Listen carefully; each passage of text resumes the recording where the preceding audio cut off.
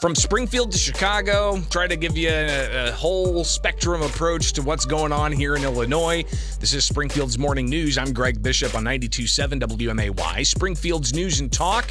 Get a hold of me, bishoponair@gmail.com, or you can follow me on Facebook, Twitter, YouTube, Instagram. Just search out Bishop on Air.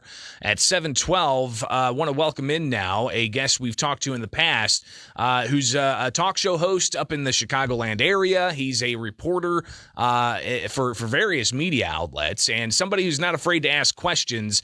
We'll have him on in just a moment, but I want to highlight some of the questions that he tends to raise at the Chicago city officials, and in particular with Mayor Lori Lightfoot in Chicago. So here's an exchange that William Kelly had with Chicago Mayor Lori Lightfoot just a few days ago, and he posted this video, and it's gone around the world and back again, even being featured on Tucker Carlson tonight on Fox News. So here's how that exchange went between William Kelly and Mayor Lori Lightfoot. All right, moving on to William.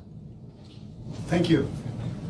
Mayor Lightfoot, every time you have a press conference, you say crime is down. The economy is booming. Well, that's not true, but get your question, sir. Across the street, we had a police officer on duty, the victim of a hit and run. We have Michigan Avenue, the magnificent miles now referred to as the Mile of Fear. The Water Tower Place has thrown the keys back to the lender. They say they don't want to be in Chicago anymore.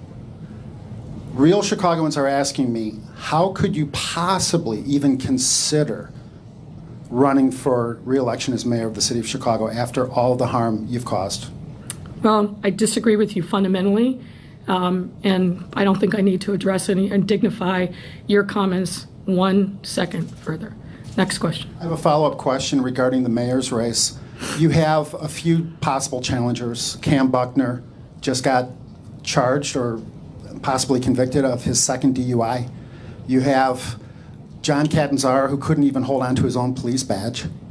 You have, my God, who else? Willie Wilson, who endorsed you when you ran. You have... Do you have a question, sir? Yes, Ray Lopez, who says he's going to make history as the first gay Hispanic.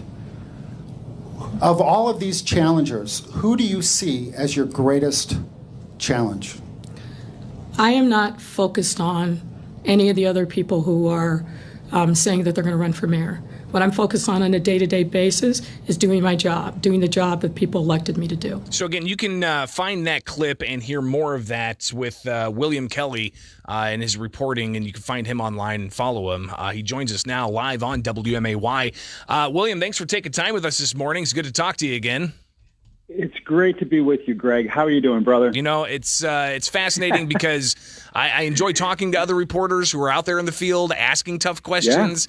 Because a lot of times when I go to news conferences as a reporter, I'm asking tough questions, and sure, there's other reporters asking questions as well. But right. Just assess for us what it's like to be in the Windy City, to go up against the most powerful person in the city, and to ask these types of questions. What kind of blowback do you get even while you're in the room? That video shows somebody kind of shaking their head while you're asking questions. What's that like?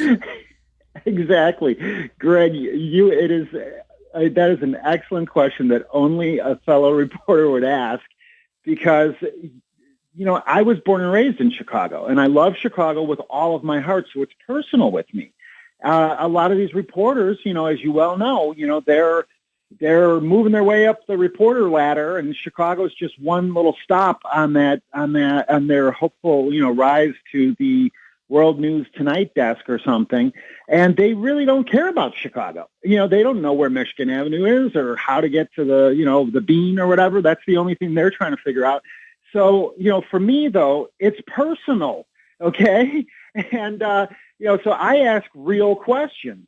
And for the first, few years, I guess you could say, or 2 years of Mayor Lightfoot's administration, essentially the city of Chicago was on lockdown, so she didn't even have press conferences or real press conferences, so to speak.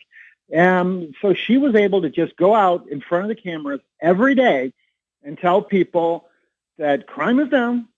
There's, the economy is booming. Just stay home, don't go to school, don't go to church, don't go to work.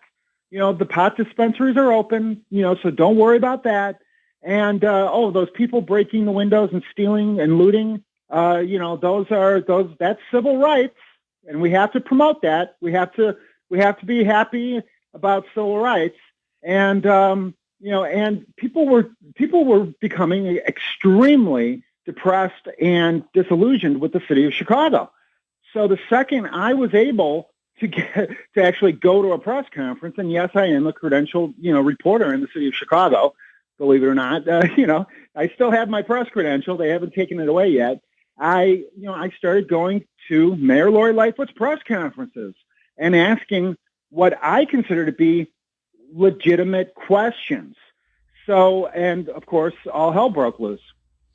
Talking with William Kelly. He's the talk show host in Chicago, also a reporter going to news conferences. So what's it like? I mean, when you see the weekend after weekend of shootings, I'm not going to lie to you. I love Chicago, but there's some apprehension of going into a rock show up in Chicago. I might look at Indianapolis instead. So what's it like? What do you hear from people on the street when it comes to the crime issues? Well, I've been the victim of violent crime multiple times myself, but multiple attackers. You always think, in fact, and I say this to people that I care about, be alert, at all times. It is very odd to live in a major American city, a modern American city, and the very first thing, at the very top of your mind, every second of the day, is your own personal safety and how you would handle a violent assault. I mean, what is that? I mean, we hear about Kiev on the news all the time, and God bless the people of Kiev. And I've promoted numerous fundraisers on my radio show for innocent victims of violence and war in Kiev and around the world. But what about the people of Chicago? Chicago is a major American city, and I'm not a military, intelligence officer or anything like this.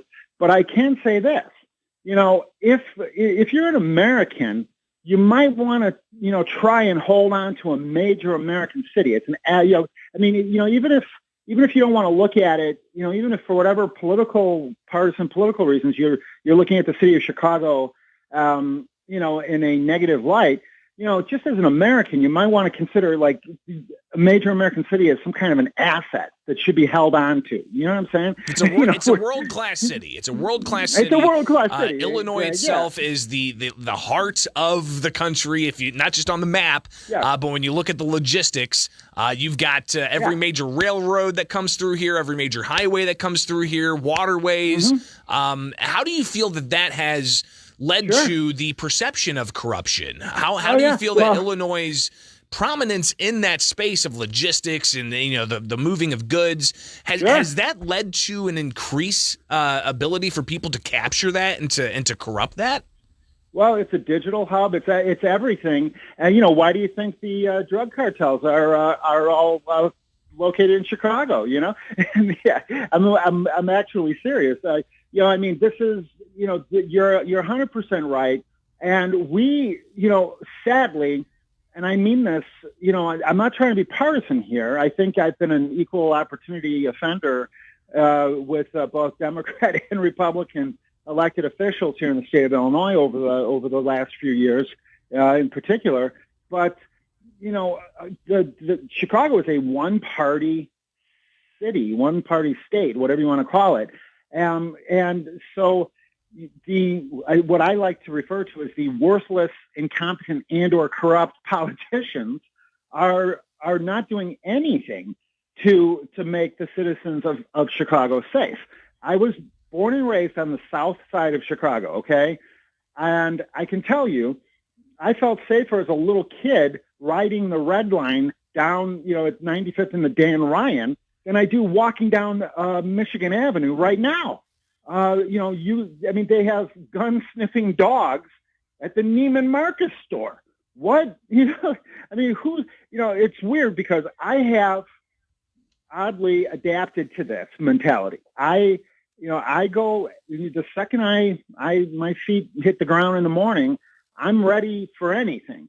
But if you're just the average person, if you're just an average, person, and your goal is, you have a little time, you want to maybe go shopping, maybe you want that new purse or those new cosmetics or whatever, and then you find out that they have gun-sniffing dogs paroling the makeup counter at Neiman Marcus because so many repeat violent offenders are smashing the windows, that they need gun-sniffing dogs.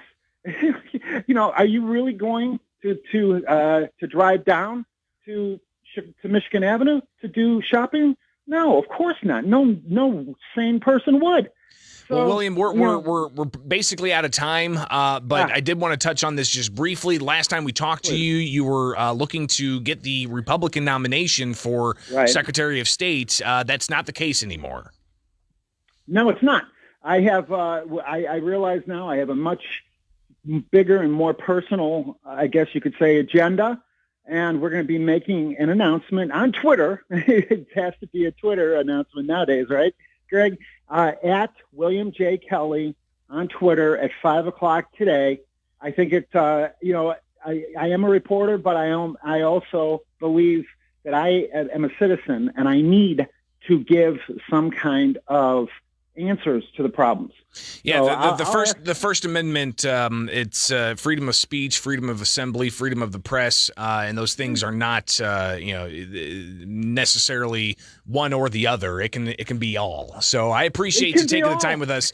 William Kelly, again, here with us on WMAY. We'll definitely be chatting again soon. All right, be safe out there. You too. God bless you, brother. Thank you. It is WMAY, and coming up, we will be talking about